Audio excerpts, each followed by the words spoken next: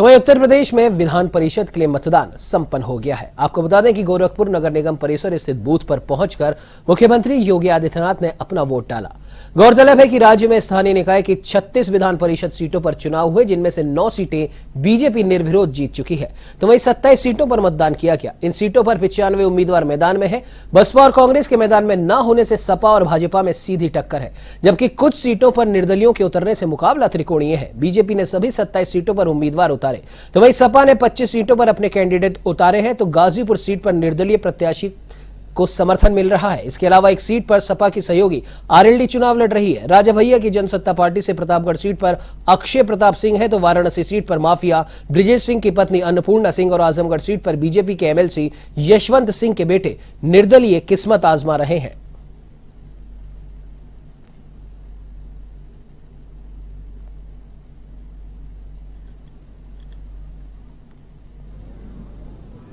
प्रचंड बहुमत के साथ जीतना तय है और प्रचंड बहुमत के साथ 36 में से अधिकतर सीटें जब भारतीय जनता पार्टी जीतेगी तो स्वाभाविक रूप से प्रदेश के विकास को, लोक कल्याणकारी कार्यक्रमों को, महिलाओं के कल्याण से जुड़ी हुई और उनके स्वावलंबन और सुरक्षा से जुड़ी हुई योजनाओं को, नौजवानों के रोजगार से जुड़े हुए कार्यक्रमों को, अन्नदाता किसानों के हितों के लिए, श्रमिकों के सम्मान और उनके स्वावलंबन के लिए सरकार और बेहतर तरीके से कार्य करने में सक्षम होगी। और मेरी सभी जनप्रतिनिधियों से अपील होगी कि प्रदेश के 25 करोड़ नागरिकों के हितों को ध्यान में रखते हुए हम भारतीय जनता पार्टी को जो आशीर्वाद जनता जनार्दन ने विधानसभा में दिया है, विधान परिषद में भी और समर्थन अवश्य भारतीय जनता पार्टी के अधिकृत प्रत्याशियों को, चुने गए जनप्रतिनिधियों का अवश्य प्राप्त होगा।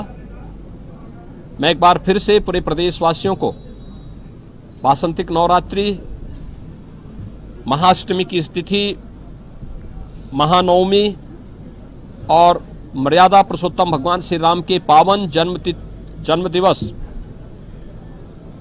रामनवमी की भी हृदय से बधाई देता हूं, अपनी शुभकामनाएं देता हूं। आपने कहा कि गरीबों का आशियाना ना उजाड़े, अधिकारियों का आपने निर्देश दिया, क्या वजह है इसके पीछे? देखिए, प्रदेश में माफिया के खिलाफ जीरो टॉलरेंस की नीति और अपराधियों के खिलाफ जीरो टॉलरेंस की नीति के तहत सरकार कार्य कर रही है। जनता जनार्दन का आशीर्वाद सरकार के सुरक्षा और बेहतर कानून व्यवस्था के मुद्दे पर जनता जनार्दन का, खासतौर पर आधी आबादी का आशीर्वाद भारतीय जनता पार्टी को प्राप्त हुआ। वे पेशेवर माफिया और अपराधी जो पहले सत्ता का संरक्षण प्राप्त करके प्रदेश में गरीबों का, व्यापारियों का, महिलाओं का, उनकी सुरक्षा पे सेंध लगाने का कार्य करते थे, या जिन्होंने सरकारी संपत्ति पर, सार्वजनिक संपत्ति पर कब्जा करके प्रदेश में अव्यवस्था पैदा करने का कार्य किया था, जिन्होंने उस समय की व्यवस्था के लीकेजेज का लाभ उठा करके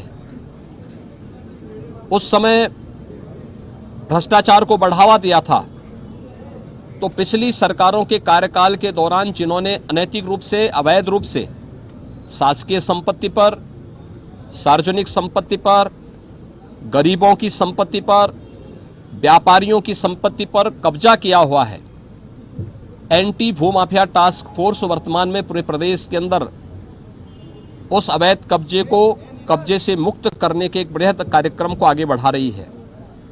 हम लोगों ने अब तक 2500 करोड़ रुपए की संपत्ति माफियाओं का, पेशेवर माफिया, इसमें पेशेवर अपराधी भी हैं, भू माफिया भी हैं, खनन माफिया भी हैं, वन माफिया भी हैं, पशु माफिया भी हैं, इन सभी माफियाओं से जुड़ी हुई उस संपत्ति को जब्त किया है और उस पर प्रभावी कार्रवाई चल रही है। खबर पे ज्यादा जानकारी के लिए हमारे साथ उत्तर प्रदेश स्टेट हेड माफ कीजिएगा A1 संवाददाता अनिकेत तिवारी फोन लाइन पे जुड़ चुके हैं। जी अनिकेत, जानना चाहेंगे क्या कुछ अपडेट है, क्योंकि विधानसभा चुनावों के अप्रत्याशित परिणामों के बाद में विधान परिषद के चुनावों में भी कहीं ना कहीं एक कह सकते हैं कि दबाव बीजेपी पर था, तो वहीं समाजवादी पार्टी की भी कड़ी परीक्षा थी। क्या कुछ कहना चाहेंगे? देखिए, उमंग भारतीय जनता पार्टी की बात करें, विधान परिषद चुनाव 9 सीटों को लेकर पार्टी पहले जिले पहले कर। अब ऐसे में समाजवादी पार्टी विधानसभा चुनावों के बाद में अभी बड़ी बात विधानसभा चुनाव में अच्छा प्रदर्शन किया। अगर परसेंटेज उमंग अभी 2 की बात करें तो 90% जो है मतदान। जी बिल्कुल अनिकेत, हमारे साथ जुड़ने के लिए, तमाम जानकारी साझा करने के लिए आपका बहुत बहुत धन्यवाद।